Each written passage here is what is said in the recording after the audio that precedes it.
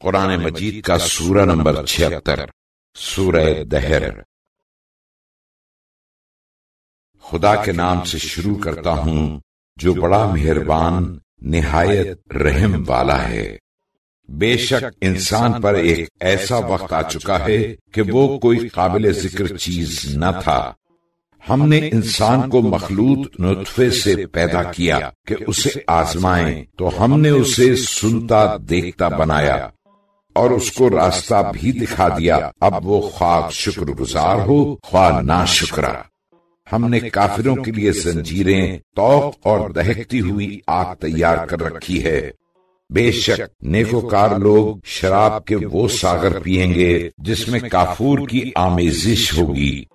یہ ایک چشمہ ہے جس میں خدا کے خاص بندے پیئیں گے اور جہاں چاہیں گے بہا لے جائیں گے۔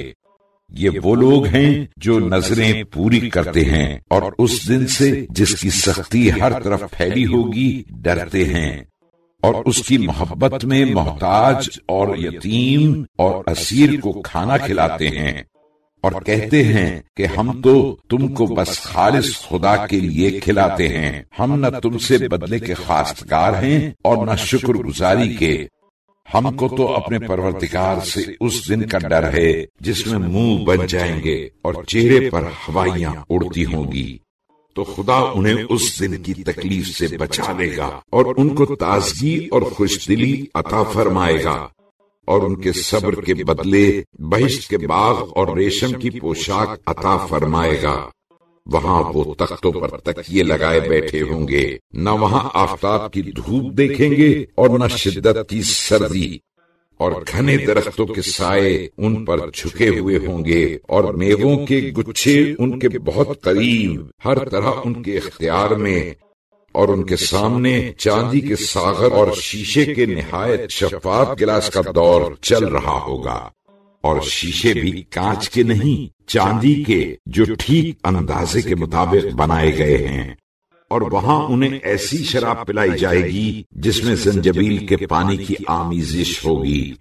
یہ بہشت میں ایک چشمہ ہے جس کا نام سلسبیل ہے، اور ان کے سامنے ہمیشہ ایک حالت پر رہنے والے نوجوان لڑکے چکر لگاتے ہوں گے کہ جب تم ان کو دیکھو تو سمجھو کہ بکھرے ہوئے موتی ہیں، اور جب تم وہاں نگاہ اٹھاؤ گے تو ہر طرح کی نعمت اور عظیم الشان سلطنت دیکھو گے۔ ان کے اوپر سبز کریب اور اطلس کی پوشاک ہوگی، اور انہیں چاندی کے کنگن پہنائے جائیں گے، اور ان کا پروردگار انہیں نہایت پاکیزہ شراب پلائے گا۔ یہ یقینی تمہارے لیے ہوگا، تمہاری کارگزاریوں کے صلے میں، اور تمہاری کوشش قابل شکر گزاری ہے۔